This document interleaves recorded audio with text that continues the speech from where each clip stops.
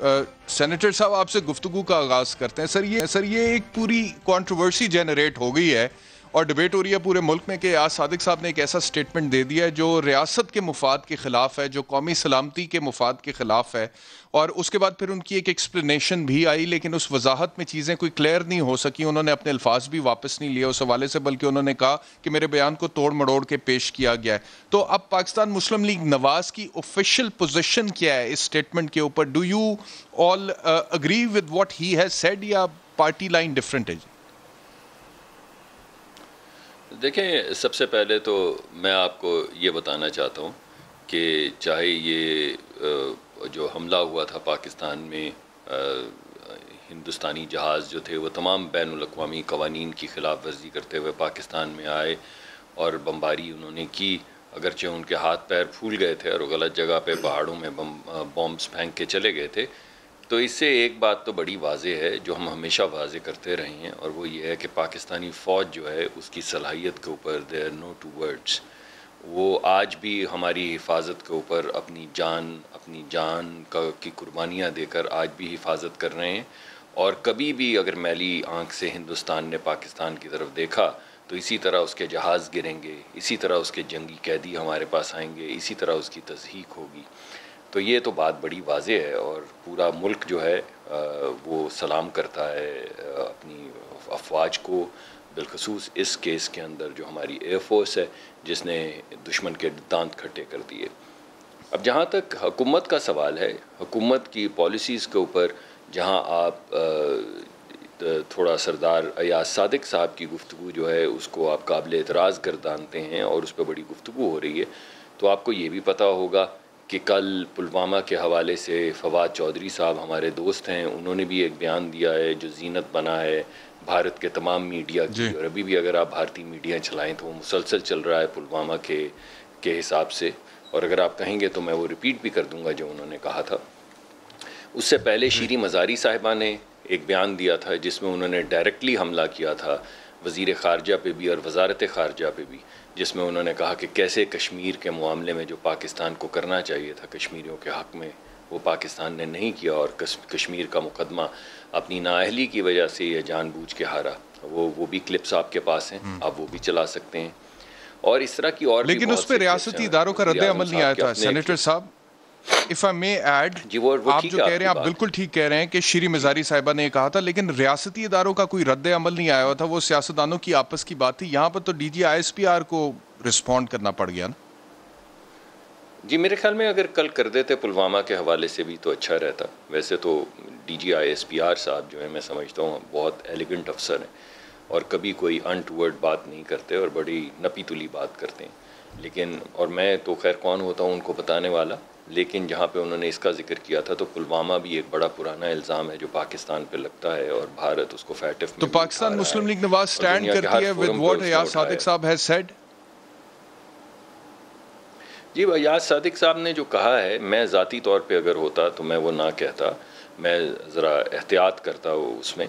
लेकिन अगर किसी के हाथ पैर फूले हुए हैं या कमज़ोरी अगर कोई दिखा रहा है तो उसका जिक्र करना इतना कोई गद्दारी के ज़िम्न में तो नहीं आता किसी भी सूरत।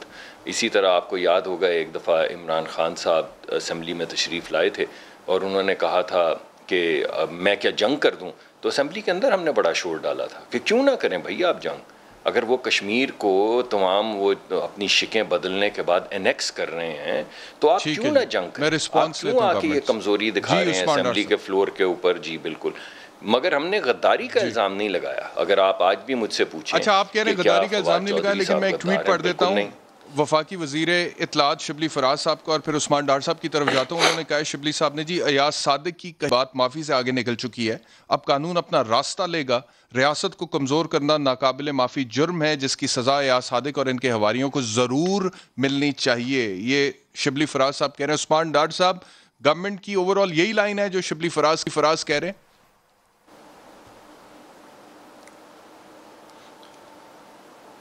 देखिए श्याम, सबसे पहले आपको तमाम पाकिस्तानियों को, अहले इस्लाम को बहुत बहुत जश्न ईद मिलादुन्नबी मुबारक हो। आज बड़ा ही मुबारक दिन है और देखिए डॉक्टर साहब की जहाँ तक बात है, पहले मैं फवाद चौधरी साहब पे बात करना चाहता हूँ। ये फिर एक नया जी इशू जी जी खड़ा कर रहे हैं। जैसे अयाज सादिक साहब ने नेशनल सिक्योरिटी को एक तरफ रखते हुए, मुल्क की सलामती को एक तरफ रखते हुए ये तासर देने की कोशिश की कि वो तमाम तर फैसले अभिनंदन के इसलिए किए गए वापस करने के, शायद कोई ख़तरा था, भारत ने हम पे अटैक करना था और उस घबराहट में हमने वो फैसला किया जिससे नुकसान हुआ, जिसकी वजह से आप बात भी कर रहे हैं कि DGISPR को आकर प्रेस कॉन्फ्रेंस करनी पड़ी। दूसरा, मैं चाहूँगा अगर आप चलाएं फवाद चौधरी साहब ने पार्लियामेंट में क्या बात की है।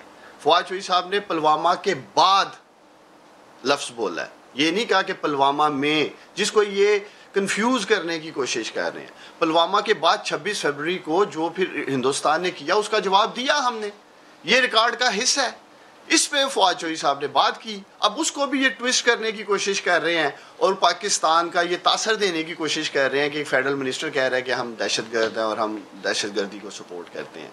तो ये वजह क्या है? आज मैं डॉक्टर साहब से ये पूछना चाहता हूँ, कौम सुन रही है, तकरीबन 1.5-2 साल के बाद आखिरकार आज इन्होंने ये क्यों अभिनंदन वाला मामला पार्लियामेंट और फ्लोर ऑफ द हाउस छेड़ा? क्यों नहीं उसके बाद बात की?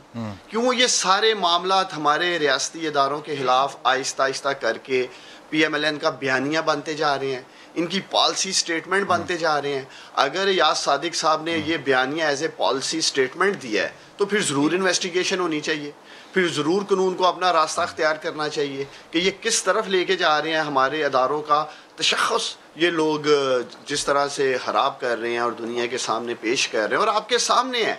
मैं तो समझता हूँ कि याद सादिक साहब का बयानिया दरअसल मियाँ नवाज शरीफ साहब का बयानिया है। वो अपने लीडर की ज़बान बोल रहे थे, पूरी कौम देख रही है। पिछले 2 जलसों में गरीब आदमी की बात करने की जगह मियाँ नवाज शरीफ साहब हमारे सिक्योरिटी इदारों की बात करते हैं, हमारी अजीम पाक फ़ौज की बात करते हैं, अजीम पाक फ़ौज के सिपह सलार की बात करते हैं, DGISI की बात करते हैं। मकसद इनसे ये पूछने वाली बात है कि आइन टूटा कौन सा है?